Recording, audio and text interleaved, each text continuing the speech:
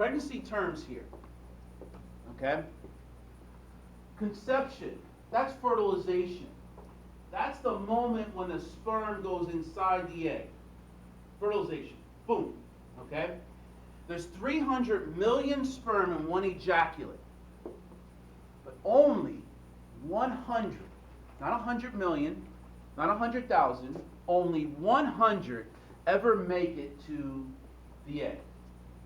And once you get to the egg, only one enters the egg. You don't want two because you're going to have this situation. So, we'll talk about that too. So what happens to all the other sperm? Well, when the sperm goes into the vagina, some of them, the bacteria are going to eat them away. The antibiotic is not that strong. Some bacteria are going to go into there. Some of the sperm are going to have two heads. And some of them might have two tails and like, and they're going all the way around. Some of them will get caught in the rugae, like, oh, I'm stuck over here, can't get out. You know, that kind of thing, right? But you got to think that it's very dark in there. Not that they have eyes, but it's dark in there. And you got to look for this little pinhole, the cervix. So they're trying to look, where is this little hole, you know? Oh, wait, I think I see it. And then they get through there. So we already lost half the sperm, you know, with all these kinds of things in the vagina. So now they get into the uterus. And now they got a big decision. One of them has the egg, those little openings. So you know, half of them are going to go into the wrong hole. Come on, guys, let's go. There's a fallopian tube. Come on, don't die out. Come on. And they start dying out. There's nothing here. They don't have enough energy to go back out and go into the other hole. So they die. Then you have the other ones. Come on, guys, let's go. I see there's a light at the other tunnel. Let's go. Don't die. Come on, we almost got there. And by the time they get there, there's only 100 that get there. And they traveled so far, going through the treacherous swamps of the bacteria and going through all these different areas. And then they get to the egg and there's this hard shell around your egg called the zona pellucida. It's like, all this long distance and you're still hard to get. Now it can't get into here. So what does he have to do? He's got to go into his backpack, pull out those enzymes, and start gnawing away, and all the sperm that got there are starting to gnaw away at the zona pellucida. There's only going to be one that's able to get inside. And that's what happens. All right? You can almost visualize this. That movie, what was that movie? Look Who's Talking. Yeah, you can picture all those sperm doing that. But it's an amazing story if you really think about it. That long journey. All right, to do all that. All right, so gestation is the same thing as saying pregnancy. How many gestations have you had? How many pregnancies have you had, right? And in nomenclature, a zygote is when fertilization takes place until 4 days. Then from 4 days until 9 weeks, it's known as an embryo. And from 9 weeks until delivery, it's known as a fetus. Once you deliver it, it's called a newborn, right? So you need to know these times. Now, there's a difference between an embryo and a fetus. Not just numbers, but why it's significant. An embryo is that the organs are developing.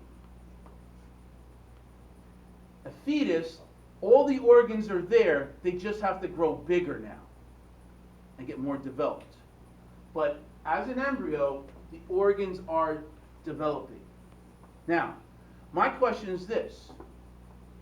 When's the most critical time you do not want to introduce new medications to a pregnant woman? It's during this embryological phase. It's already implanted and being made, and now you're going to introduce a new medication, so the heart's going to develop this way. See? Now don't get me wrong, drinking alcohol here is bad. Drinking alcohol here is also bad too. But I'm saying that's the most critical stage. It's during when things are developing. Now, let's look at this. Let's talk about reality. Here's a woman who, well, let me ask you this. An embryo, how many months is that? About 2 months, okay? Now, if women are very conscious about their periods and they don't have a period the first time, a lot of them might just think, well, geez, thank God I didn't have a period this. You might be pregnant, okay? All right?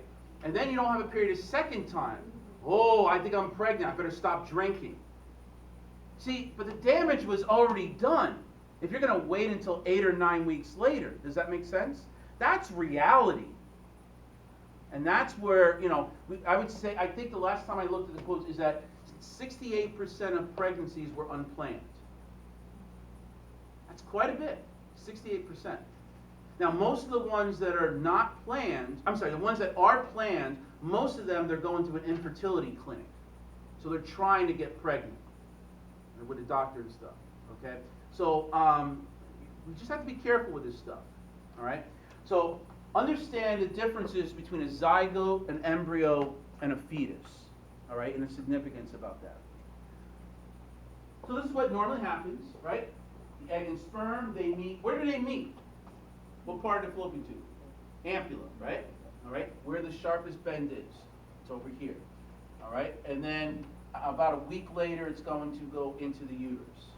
And then it's going to implant into the endometrial lining. So we have trimesters here. A full term is what we call 40 weeks. Now, anywhere between 37 and 42 weeks is going to be full term. They're not going to stop your contractions if you have it at 38 weeks. All right?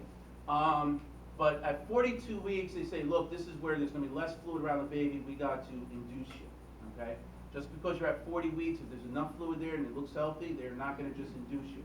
God forbid something goes wrong and you die, and they're going to say, well, what's the reason why you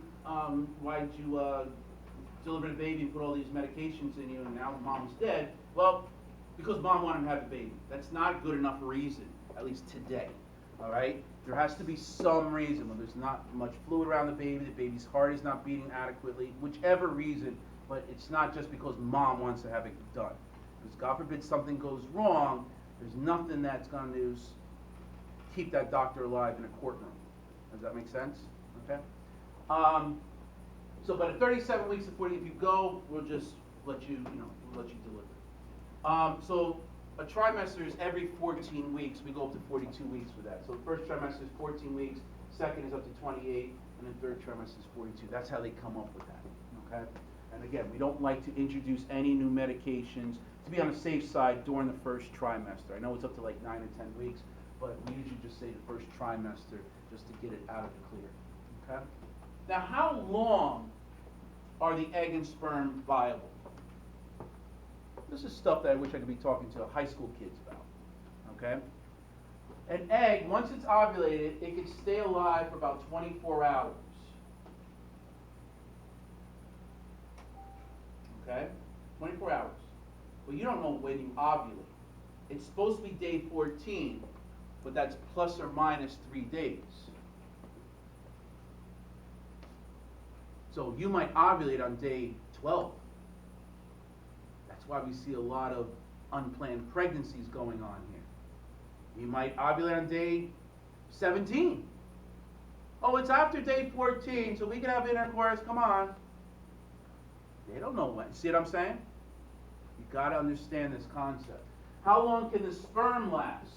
Once it's in the female tract, we're talking about 6 days it could stay inside the female tract. Now that time gradually decreases as we get older. Someone who's, let's say, 7 years old, it might only last for 2 days or 1 day in there. But up to 6 days. You have intercourse on day 10, and then she ovulates on day 15. She can still get pregnant. That's why we see so much of this population explosion. Okay? Should know those numbers. All right, now, fertilization. Once the sperm gets up to the egg, it has that zona pellucida, the barrier cells to keep it locked there, and the sperm is going to release those enzymes to chew away at that layer. And then we got to do something to make sure that if the sperm goes in, we need to make sure that no other sperm go inside also. Otherwise, we're going to have this set up here. We want to prevent what we call polyspermy. We want to make sure that once the sperm goes in, that it locks the doors so that no other sperm get in there. Otherwise, you're going to have a non-disjunction, but you'll have a trisomy going on. So this is what happens. I'm going to make it very easy for you to understand. I'm going to go into details. As soon as the sperm goes in, it changes the polarity of the cell itself, the cell wall. It goes more positive inside, more calcium, and it's really generated by calcium coming in. When it comes in, it depolarizes the cell, and it kind of locks the cell so nothing else gets inside. Unless the sperm goes back out, but it won't. So it goes in, and then it becomes more positive, and nothing else could get inside. Does that make sense? All right? We call that capacitation. All right? So here's the zona pellucida, this yellow thing inside the eggs here. The sperm goes in. Now, the only thing I have to say, too, is that this picture is wrong because once the sperm goes in, the tail doesn't go inside. The tail kind of breaks off. And the head of the sperm goes inside. The head of the sperm has the chromosomes in it, the 23 chromosomes. The haploid is in the head of the sperm. But the tail breaks off. Okay? It doesn't enter the cell. Now you have this sperm that's inside the cell. And so now it's going to go through, the egg itself is going to finish off meiosis II. So this is what's going to happen. Sperm goes inside. This egg is at metaphase 2, right? We said that it arrested there. And there's one polar body or bar bodies that's over here. Once the sperm goes in, now this egg is going to finish off meiosis II, and you're going to have another bar body. So now you can have 3 polar bodies or bar bodies out there. Here's your major one. And now you have what we call a male pronucleus and a female pronucleus. You got 23 chromosomes here from the male and 23 chromosomes here from the female. You got the full set of 46 chromosomes in this one cell. Sound good? Now the cell goes through mitosis. It's got the chromosomes, it's going to go through metaphase and split. So,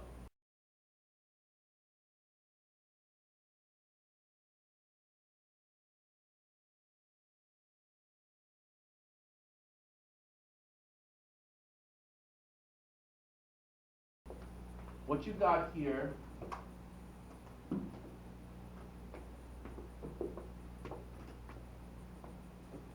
there's the egg, all right? Then a sperm goes inside. Now that's showing here the sperm has a tail going in, but that's wrong. Sperm goes inside, the egg is going to finish off meiosis II. Now this one cell is going to split into 2. The 2 cells will turn into 4. 4 turning into 8, 16, 32. When you get to 32, it's now called a morula. This process of mitosis going from 1 cell to 32 cells is a process called cleavage. And once it reaches 32 cell stage, it's now called a morula. This morula is a solid ball of cells. I used to call it a soccer ball. It's wrong because a soccer ball implies that it's hollow. This is not hollow. This is more like a raspberry. That's what's going on with this. Now, this morula is going to start changing. What I want to say is that going from 1 cell to a ball of cells, the size of the cell itself is the same size. The cells are getting smaller. That's what I'm saying there. Many cleavages of fertilization without increasing in size. It's still the same size.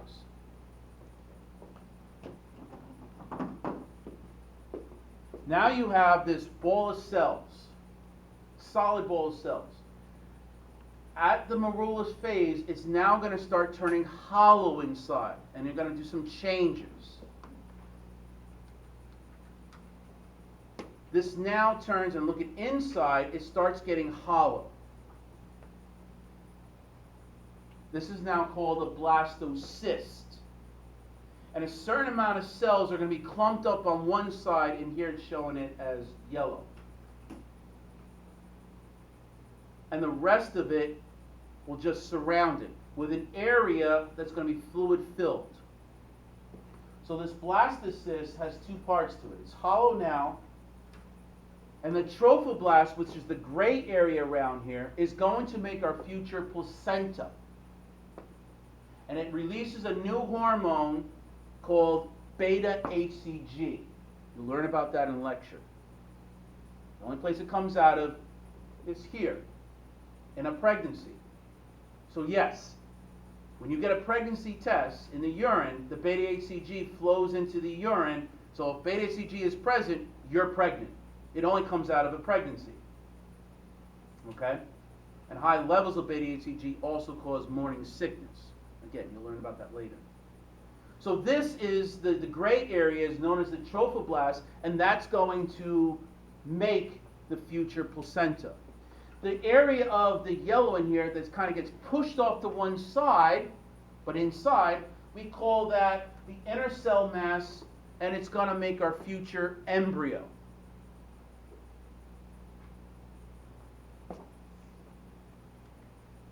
And the blastocele is that area that's fluid filled. So let's look at what it looks like here. Here you got 2 cells, 4 cells, 8 cells, until you get 32 cells called a morula. Now this morula, which is a solid ball of cells, starts to get hollow inside and starts to differentiate the cells. You're going to have, this is the same thing, it's early and late blastocyst. You have trophoblasts around here. Some cells will be clumped up to one side. That's the inner cell mass. The inner cell mass is going to make the future embryo. The trophoblasts will make the future placenta products. And you'll also have this little fluid-filled area called the blastocele.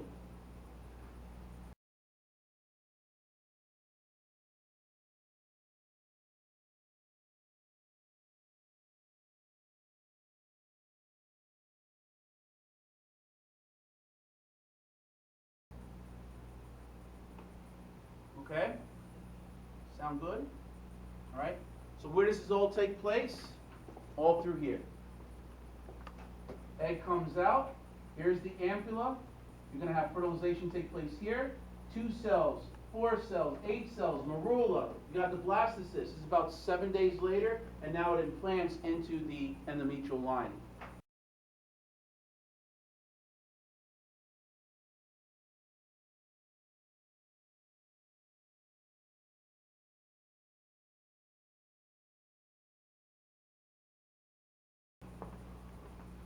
You'll see that here.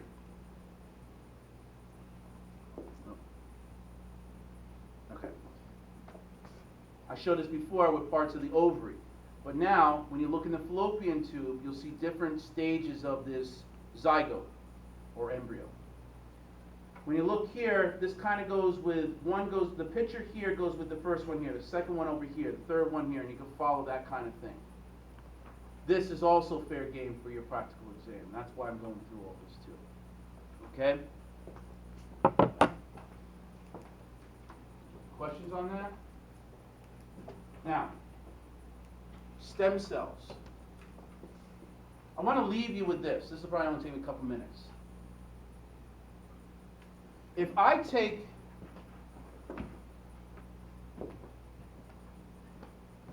you can have totipotent cells, pluripotent, and differentiated cell.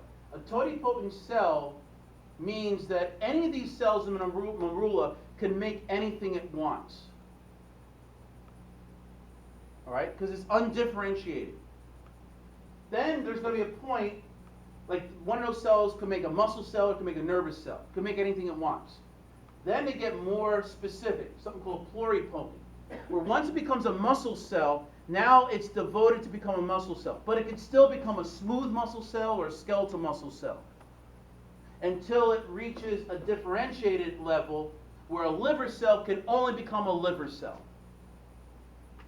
So this is more like the stem cells over here. These are not stem cells. We could take some of these cells over here and make other things. So let me ask you this. How can you give birth to your own mother?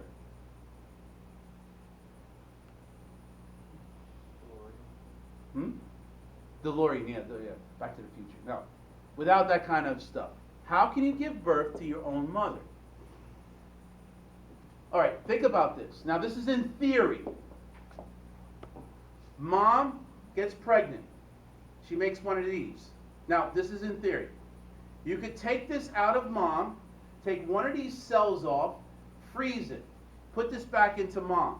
Now, there's a hole there. Big deal. The surrounding cells will, since they're undifferentiated, they're totipotent, the surrounding cells will split up and fill in that spot. No big thing. Okay? Now she delivers, 9 months later she delivers to a beautiful girl. No problem. Okay? Has all her arms, legs, everything. Okay?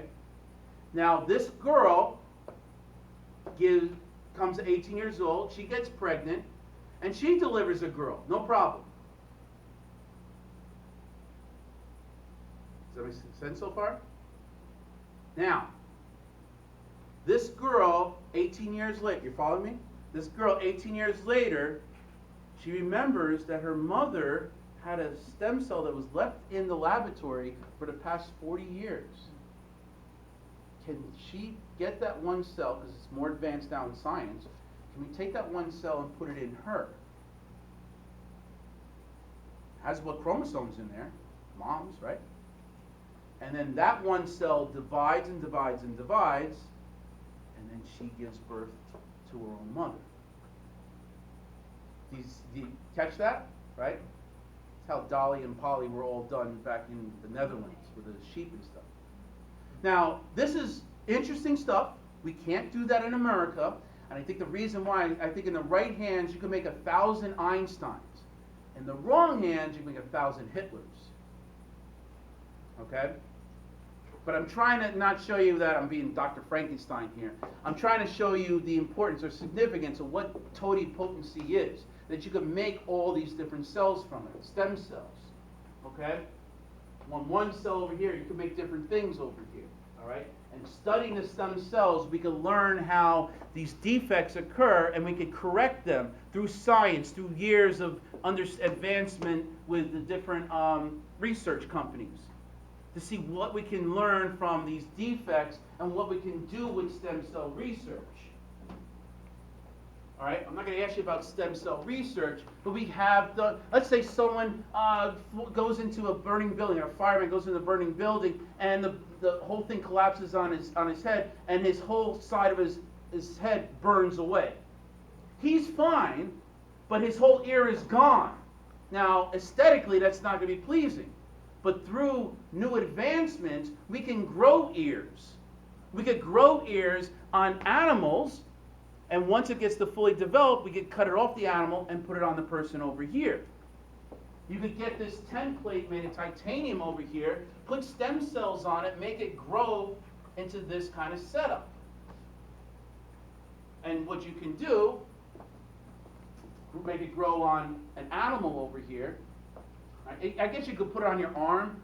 The only thing is, it's got to grow for a couple months, and it'll look kind of odd. And then if you bang into it, it'll look like, what did you say? That kind of thing. But they can do it that way, all right? But look at what they can do. With a child that doesn't have an ear, you really can't even notice it. And the child will have more of a smile that people aren't staring at her, right? You've seen this, face transplants. Now, this is not really about stem cell research. It's more about, on this picture here, about how we've advanced so much with medicine that we're at this level now. You've heard of this woman who wanted to go to her neighbors and say, I want to play with a monkey. Well, that's what happened, unfortunately. All right, mauled her face. But what they did was they cut off her face, they had a face transplant, and now it looks like this. Now, I understand this is still a little bit scary, but this is more aesthetically pleasing than to have something like this. Or a fireman who got burnt all the way down. Yes, there's something wrong with him over here, but it's more aesthetically pleasing than to have something like this. The advancement has increased tremendously. Okay? So, stem cell research, and since this is an election year, stem cell research, I want you to understand what people are voting for when they're talking about stem cell research. Most people are for stem cell research. That's not the issue at hand on the platforms of the politicians. Most people want to have it. look, 36% are strongly favored, somewhat favored 36 over here. So we're looking at, more than 50% people want it. That's not the issue. What they're saying on the political platform is, do you want to have your taxes put towards stem cell research? That's what they're asking. They're not asking, are you for it? Most people are for it. But they want to know, do you want your taxes to go towards it? That's what that's what they're trying to put in the platform. So just be more educated about it, because a lot of people, I'd say more than 50% of the class that I go through, they think it's like, well, he's for stem cell research. They're all for stem cell research. But which ones want to have money going towards it? Does that make sense? All right, that's what you have to be smart about going into the medical field. All right, so twins, all right? We touched about this a little bit earlier, but basically fraternal twins is, remember we go back to that story where the carrots are growing, that we talked about, the carrots are growing, and God chooses, everything's growing at different rates and stuff, and this is the ovary, so to say, and God goes in and he says, you know what, I want that one to grow. So this one actually grows, and what does he do with all the other ones? He stomps on them. Because if you leave all those thousands and thousands of carrots growing, they'll never become mature because they're sharing the same nutrients from the soil, the sunlight, the rain and stuff. So therefore, nothing's going to grow to adulthood, so to say. So you have to destroy all of them except for one. Now this one is going to take in all the nutrients. Does that make sense? All the hormones and things like that in real life is happening. So those carrots, of course, are the eggs in the ovary. So you use up quite a bit of those each month. So sometimes God will say, you know what, I like that one, but I like that one too. So he stomps on everything, and then he has these two that are going to grow to maturity. And these two eggs can pop out, they can get fertilized, and since they're two different eggs, we call them fraternal twins. That's where you have a boy and a girl, okay? Why that happens, we don't know, okay? But it does happen 1 in 80 times you will get twins, okay? Now, identical twins is where one fertilized egg occurs, and sometime during the Morula stage or a little bit after that, the inner cell mass splits into two. Why? We're not too sure. But it has basically the same DNA. Does that make sense? When it splits, now these two embryos, because they'll make 2 arms and 2 legs in each one of those sets, because they're still at totipotent stage, they will turn into two different humans, so to say. And that's where we get identical twins. All right? So what happens here, fraternal twins, you got 2 eggs, 2 separate eggs with 2 different sperms. You're going to have fraternal twins over here. In an area where one sperm fertilizes one egg, it can split. The inner cell mass can split. And theoretically, that can, this is a inner cell mass, and that's inner cell mass. They could actually multiply. They're totipotent cells until you got one complete inner cell mass here and one over here, and they could form identical twins. Now, there's a lot more complex. It is more complex. But for what you need to know, for what you understand at the scope of this course, that it splits. Okay? Now, how do you explain this unique creature? All right. You all know about this octowoman, right? Or octomom, right? The Nadia Suman, all right? All right, this is what happened, because a lot of people start asking me about the twins, and they hear about this. So let me just set it straight, okay? For infertility, let's say someone can't, a woman can't get pregnant for whatever reason. What they do is get fertilized eggs, and the rule of thumb, it's a rule of thumb, there's nothing that's in concrete. Rule of thumb is that if you're in your 20s, they'll put 2 fertilized eggs in you. If you're in your 30s, they give you 3 fertilized eggs. If you're in your 40s, they give you 4 fertilized eggs, okay? because chances are it's an increased risk of losing pregnancies as you get older, so they put a little bit more eggs in you. I believe she was about 37 or 38 at the time, and the doctor chose to put 6 eggs in her. Okay? Is that wrong? Well, there's nothing that says you have to do 3, but he chose to do 6. Okay? For whatever reason. So, yes, he was going off the gold standard kind of thing, but there's nothing that says you have to do this. Okay? So he put 6 in her, but how do you explain the 8 that she delivered? Because 2 of those eggs split. So I don't want people to think that he put 8 eggs in her. No, he put 6. Still a little bit more than usual, but 2 of those eggs split. So she had 2 sets of identical twins. Does that make sense? Okay? That's how this all happened. Okay? Now, Yeah, but that's like an ethics thing though too. I mean, you're saying. Oh, yeah, absolutely. She beat 3, and now she ended up started with. that's why I think the doctor lost his license. Right, but I'm saying like. Yeah. But he didn't do anything wrong. A little bit of ethics there. Right. He didn't do it. He didn't break any laws. She had to agree to it, Yeah, she agreed to it. I hope so. Sure. Yeah, I mean, he didn't put, 8 in there, and she said, I only want 3. You do something to a woman that you're not supposed to. It's called battery. It'll put you in jail. I don't think it put him in jail. He just lost his license. Okay? But that's what happened with the story over there. Yeah, there's a lot of morals, because now 8 children, she doesn't have a job. Who's paying for this now? She's getting, welfare and stuff. You start questioning that. She's not married. You put the whole thing together. But that's way over the scope of this course, okay? Ethics, which is a great course to take. If you want to take a great course, take medical ethics or ethics in general, but medical ethics because you're all usually going there. It's that kind of stuff. How do you deal with those things? All right? But it's way over the scope of this course. I'm doing concrete science things for you. I don't want to get into the ethics involved. But you're right. We could talk on and on and on about this thing. There's so many different things. Yeah, you can do a whole course on just her, right?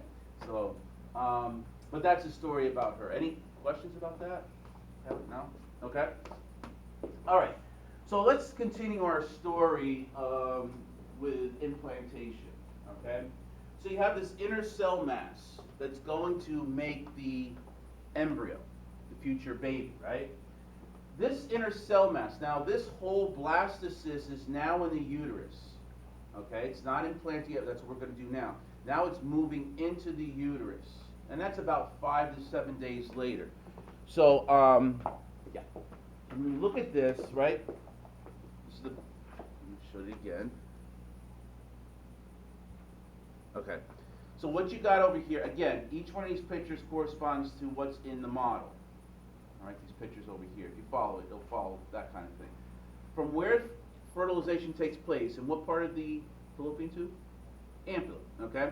From that point here all the way to when it reaches inside the uterus, it's about 5 to 7 days, okay? And it's doing all those changes, cleavage, right? It's going from 1 cell to 2 cells to 4 cells to 8 cells and so forth until it makes the morula, which is a solid ball of cells. And then it starts getting hollow and becoming a blastocyst, and you can see that all here.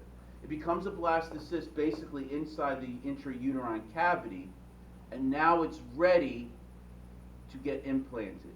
Now, as a blastocyst, you're going to have the inner cell mass, the cells that it's going to make the embryo is going to be pushed to one side. That side, and you'll see when I show you the picture, that side is going to be clumped up to the side that's going to be closest to where it's going to implant in the uterine wall. And I'll show you what I mean by that. Okay? Now, the remaining part, the trophoblast, is also going to change its name because it's going to be certain things it's going to do. Part of the trophoblasts are going to invade the intrauterine wall. All right? When it does, that part of the trophoblast that invades that, well, the uterine wall, when it invades that, it's called the syncytial trophoblast. So glad this is not an oral exam. All right? So that's the syncytial trophoblast. The remaining part of the trophoblast is now referred to as a cytotrophoblast. So let me show you what I mean here. Here's the uterine wall over here. So here's your blastocyst, right? The blue is the inner cell mass. The yellow is going to be the trophoblast, and there's your blastocyst, the fluid-filled cavity. What I'm trying to show you here is that the inner cell mass is going to clump to one end. That part is going to be the closest to the uterine wall. In other words, you're not going to find inner cell mass on this side. Okay? Now, what's going to happen is the trophoblast is going to start invading into here. So keep your eye on this picture. This is the only animation I can do on this PowerPoint. Whoop! See how it actually goes in? This part here, where the trophoblast invades the uterine wall, is now called the syncytotrophoblast. The remaining part of the trophoblast is now referred to as the cytotrophoblast, the yellow. Okay? So far so good? This is going to be us. This is what's making us. This little blob of cells turns into us. So it goes over here, starts invading into the uterine wall. And remember, the trophoblast is what's going to make our future placenta, the connection between mom and the baby. Okay?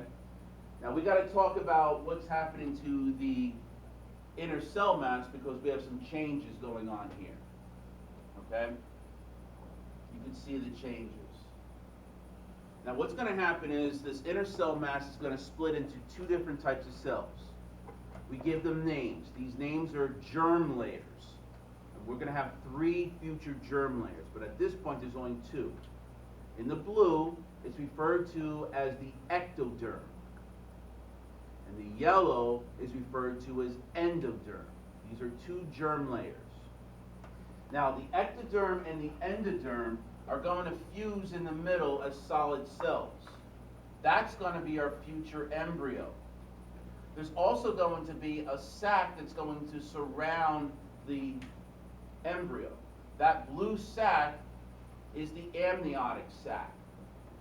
It's going to eventually go all the way down on either side and cover the whole baby. So the baby sits in a balloon, and that balloon is called the amniotic sac. There's also a sac that the endoderm is going to create, and we kind of lose that early, but that's the yolk sac. All right? All vertebrates have yolk sacs, including us, but we lose ours. Part of that becomes part of the urinary system.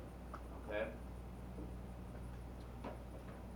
So, and then what you have over here, where the ectoderm and the endoderm fuse together, we call these 2 things where they fuse together, this is going to be called the embryonic disc.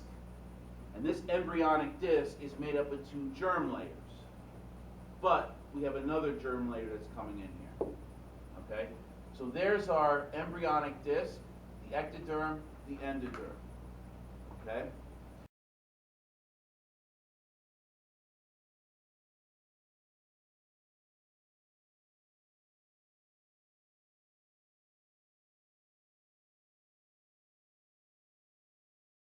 And you could see that in a lot of our models here. Now, let me also explain to you too. God bless you. In most books, at least all the ones that I've seen quite a few books, ectoderm has always been blue in color. Endoderm is always yellow in color. I've never really seen other colors, except for your models. All right, sorry about that. Okay, but what I'm showing you over here, if you look at it, you will see the ectoderm and endoderm. I am not going to ask you which one is which at this level here. You wouldn't know. It doesn't matter. Okay, but you could say that there's ectoderm and endoderm there. You don't know which one it is because by colors, but you could also see the embryonic disc. And I could ask you, this area is made up of what germ layers? And you would say ectoderm and endoderm. You wouldn't know which one is which until you eventually look at future models.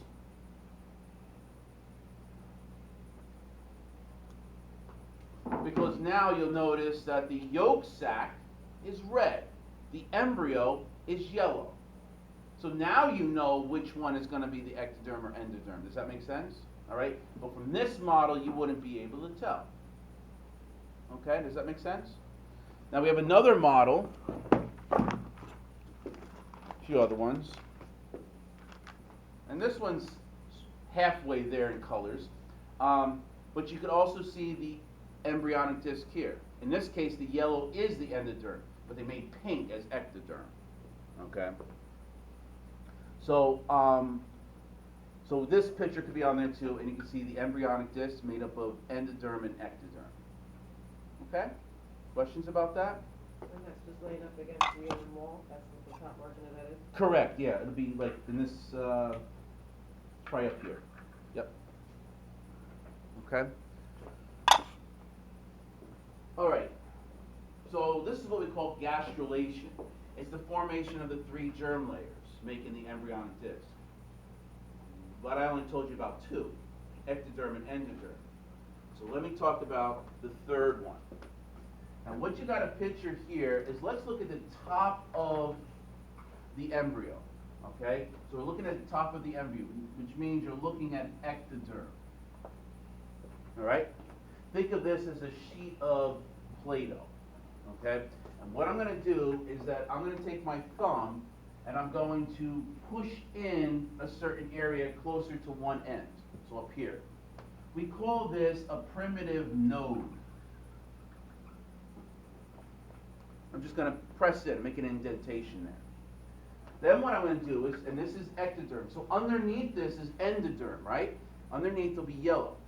Now I'm going to take my thumbs and I'm going to knead from the primitive node, I'm going to push in like this all the way down, making a primitive streak. So I'm pressing down the ectoderm into the endoderm. Does that make sense? And I'm going to create this streak going down here. And it will stop right about here or so. Now what I'm trying to do is push, and just listen, I'll show you the picture of it. I'm going to push ectodermal cells underneath the ectoderm from the top to the bottom, but above the endoderm. I'm pushing cells to be sandwiched between the ectoderm and endoderm. Does that make sense? Okay? So I'm going to be taking cells. There's that primitive node and primitive streak. And I'm going to push ectodermal cells underneath the ectoderm, but above the endoderm, and I'm making a third layer sandwiched in between the blue and the yellow. I'm making this third layer called the mesoderm. If you could visualize it here too, there's a primitive node and here's a primitive streak. You have ectoderm here, and these cells are getting pushed in above the yellow but below the blue. They're being sandwiched in between the ectoderm and endoderm.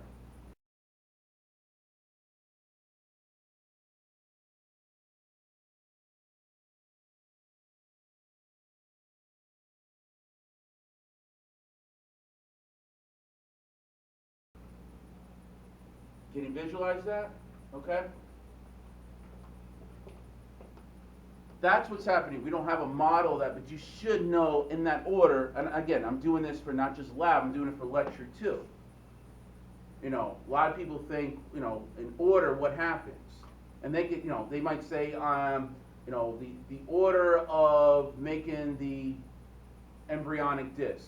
And they'll put primitive node, mesoderm, ectoderm, primitive streak, and endoderm. And put them in order.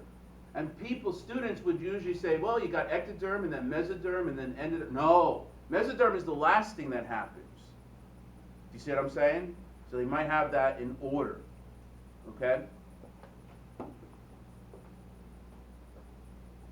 Questions about this? Now, why am I doing this with you guys? The reason why is because each one of these germ layers makes certain things of you. And you need to know, for your lecture, you need to know what they make. For instance, all right, and put your pencils down. I'm going to show you how to memorize this thing. All right? Again, here's the embryonic disc, the 3 layers, coming over here. So this is the part you have to memorize. But I'm going to show you. Don't spend 20, 30 minutes memorizing. I'm going to show you how you can do this in less than 5 minutes. Okay?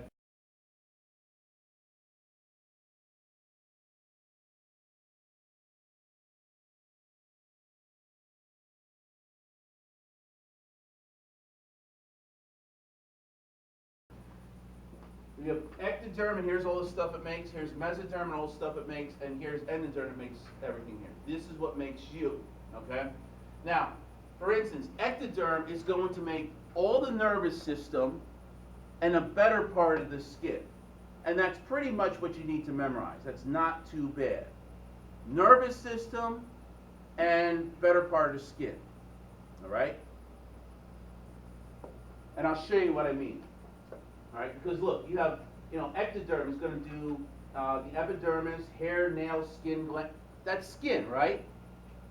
It does the lens of the eye. Isn't the eye just an extension of your brain? Right? So it's not too bad. All right? Now, the part you got to really memorize, it might be a little challenging, is going to be the endocrine system because it's all over here. But let me show you how to do this. So there's ectoderm. Endoderm. Let's go to that one. That's going to make your digestive system. What about the pancreas and liver? Well, that's part of the digestive system. Okay? It's also going to make your respiratory system. All right? Trachea, lungs, all that stuff. It's also going to do the lower portion of your urinary system, your urethra and your urinary bladder. Okay? So, endoderm does digestive system, respiratory system, and the lower portion of your urinary system. The mesoderm basically does everything else. Does all the connective tissues. Does all the muscles. So that means, yes, the heart. That's why you got to go back to A&P1 stuff, right? You got to know, well, what's muscle, right? Muscle around, the blood vessels and stuff. So it does all the connective tissue, including bone and cartilage. It makes all the muscles. It does the lower portion of your skin, the dermis, okay? It does blood vessels. It does the upper portion of your of your urinary system. So it does the kidneys and ureters, okay? So that's pretty much it, except for the endocrine system. The endocrine system, not too bad, easy to memorize. Ectoderm is going to do the adrenal medulla, which isn't hard to memorize. What is adrenal medulla? What hormones comes out of there? Epinephrine, norepinephrine. But aren't they also neurotransmitters? You see? So that's going to help you a little bit because the ectoderm does the nervous system. The endoderm, what they do for the endocrine system, it's going to do the thyroid, parathyroid, and thymus. Isn't that all here where your lungs are anyway? And the endoderm is going to take care of the lungs. Okay? The mesoderm does all the rest of the endocrine system. The adrenal cortex, your gonads, and so forth. Reproductive system. Okay? So, yes, there is going to be probably about 2 or 3 questions on this. You need to know it, but don't spend a half an hour on it. It's not worth it. Okay? But you can do this, what I just showed you, in 5 minutes.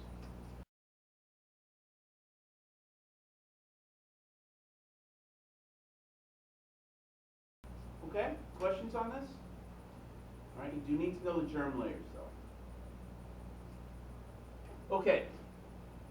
Go next. All right.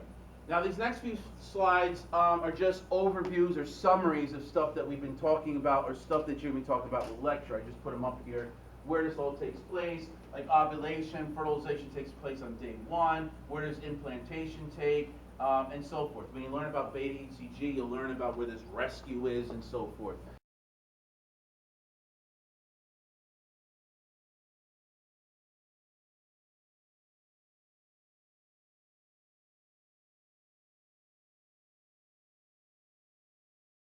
That's a pretty good summary, as much as this is too. When you get into the menstrual cycle and pregnancy, this is a pretty good one because here you are from 0 weeks to 40 weeks of pregnancy. what happens to the amount of estrogen and progesterone beta-HCG located at? And it usually happens at about 9 weeks or so. And like I said, morning sickness is due to high levels of beta-HCG. So high levels usually occur about 9 to 14 weeks. So this is when you're going to have, if you're going to have morning sickness, that's when it's usually going to take place. Very bad over there. So if she's, let's say, 11 weeks pregnant, and she's having this morning sickness, doctor, when is this going to end? I could safely say to her, probably about 3 weeks or so. So just take small, frequent meals. Instead of taking a tuna fish sandwich, cut it up into 4 sections, and eat a quarter every half an hour or so. So you have small, frequent meals, so to say, as opposed to just taking one whole one and you're going to just upchuck it anyway. Okay? So that's what I'm trying to say, show you how to apply this stuff. Just knowing that the highest level of beta-HCG is between 9 and 14 weeks, you should have an idea, well, what does that mean to me? How could I, what's the reason why I need to know that? This is where morning sickness usually occurs. Okay? And of course, as I told you before, beta-HCG is also, it only comes out of a pregnancy. There's a rare cancer it comes out too, but during pregnancy is where it comes out. It's really the only place. So therefore, when you get a urine pregnancy test, it's testing for beta-HCG in your urine. That's what it's testing for. If you have it, chances are you're pregnant. Okay?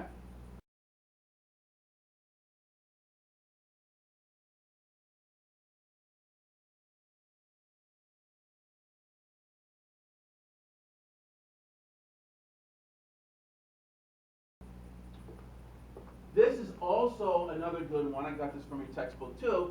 This is where students get mixed up about, okay, where through meiosis and if fertilization takes place, we're losing track on where 46 chromosome is, the 23 chromosomes, fertilization. If you follow this, you can actually see where it all takes place and how it does that with numbers. Because that's also another big portion of, not big portion, but a few questions on following what the number of chromosomes, whether haploid or diploid, on a final exam. Okay?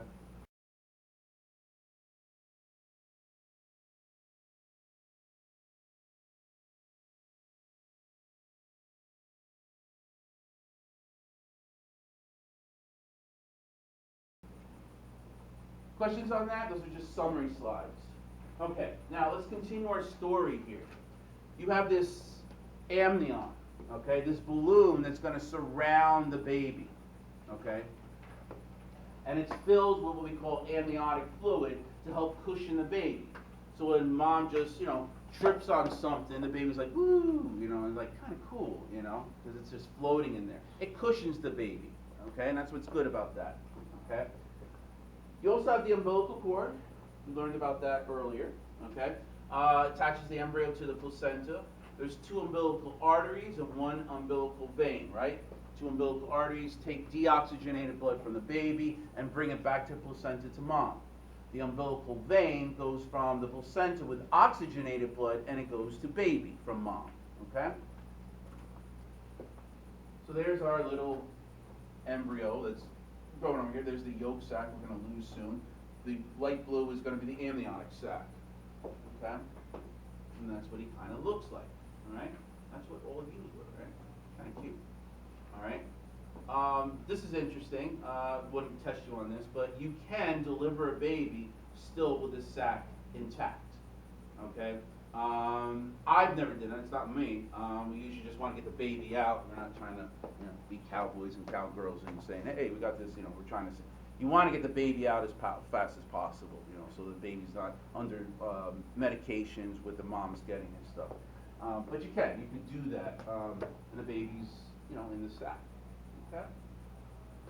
I showed this earlier. Again, here's the liver. Here's the intestines. So the baby's head is up there. You have 2 umbilical arteries that go down into the groin area, and then you have the 1 umbilical vein that goes towards the liver. All right, we talked about ductus venosus and all that stuff. This is from one of my prior students. She was a midwife, and just showing you here. If you take, let's say, and this is what all doctors will check, obstetricians, doctors of a baby. We want to make sure that when we look at the umbilical cord that there's a 3-vessel cord there. And you can see the two umbilical veins in there, I'm sorry, the two umbilical arteries and the one umbilical vein. If we only see two vessels there, then there's a good chance that there might be something else wrong inside the baby. So we need to alert this to the pediatrician to do a thorough examination to make sure that that's all it is. Okay? Questions about that? And I've seen a few of, where it's only two vessel cords. It's rare, but, when you deliver 3,000 babies, seeing it 2 or 3 times, that's still very low for what I see. Okay? All right, so the placenta is the afterbirth, right? This is where the baby comes out, the umbilical cord is going to follow, and then the placenta will come out too. Remember, the placenta attaches to the endometrium, not the myometrium, okay? It's going to break off over there. And remember, as we talked about when we did hematology, the maternal blood and fetal blood do not mix. Now, yes, nutrients and viruses, they can pass through, but I'm talking about the red blood cells. They don't mix. So baby could be O positive, mom could be AB negative, right? So it doesn't mix the red blood cells. So this is what it kind of looks like. The placenta is about the size of a paper plate, okay, average size, all right? And it's got this bluish color. So it looks like this. This is what the baby sees. All right, so here I'm the baby on the go for like, ooh, look at me, all right? So this goes right to my belly button. This is what the baby sees, a nice, healthy, blue-colored placenta. And again, about the size of a paper plate. If we take this and we flip it around so that we see the part that attaches to mom, it looks like that. And I usually tell students it looks like a meat patty. It really does. And we look at this, obstetricians have to look at this, and we can just look at it very quickly for about 5 seconds or so. And we look to see if there is any blood clots in there. We look to see if there's any paleness in there to see, because if there's some paleness there, that means blood probably didn't go all to the baby, that there was some issues where it was not getting vascularized properly. So that's another thing we would alert the pediatrician to. But this is a very healthy thing. I'm going to rest your head on it kind of thing. But, and then this is what a baby looks like. Now, obviously the baby's demised over here. But this is how the baby sits with the placenta that's attached to mom. Does that make sense? Okay. Now there would normally be more fluid in here, but since the baby's dead, the fluid, I guess, was removed. I didn't take this picture; I got it from the internet. But it kind of looks like a turtle, right? So here's the placenta over here, and the baby is usually in a cannonball format in there, all right, and then all crushed together like that. Okay, and that's what a 14-week fetus looks like. All right. So at 14 weeks, at the end of the first trimester, everything is there. Remember how I said the difference between an embryo and a fetus? An embryo, the organs are developing. After 9 weeks, everything is there. It just needs to grow bigger and more mature. So here it is at 14 weeks, and that's about as big as, it's about this big. And that's how everything is there. Eyes, fingers, ears, everything is there. Okay? One I took. What is that? Yeah, you can almost see it here, right? There's the mouth over here, right? Here's the little pug nose, the 2 eyes over here. You go here and kiss, right? This here was 14, 15 years ago, my nephew actually. But I wanted to show you this so you can see things in an ultrasound, people pointing things out. Right, here's his chest over here, here's his chin, so you're looking at a side view. His nose would be up here, this is his eyeball. You see it? Forehead over here. See that? Okay. There's another one I took. And a few things you can see here. There's an umbilical cord. So the umbilical cord is actually going like this. There's the corner of it. See it? Anybody know what that is? It's a foot. It's the bottom of the foot. There's the big toe over here. Little toes are over here. The heel's over here. See it? Can you visualize it? Okay. What about this thing here? That's a boy. No. Well, that's his face. You see his 2 eyes over here? That's not what I thought. Yeah. No, you're right. No. Here's the scrotum. There's the 2 testicles, and there's this little cadinka. See it? You see it? I mean, there's a lot there you can see. If you know what you're looking for. You know, this is interesting for all future moms or moms for that matter, or, you know, anybody who's going into this field, right? But ultrasound people, right? Radiology, that's kind of interesting. You can see a lot of stuff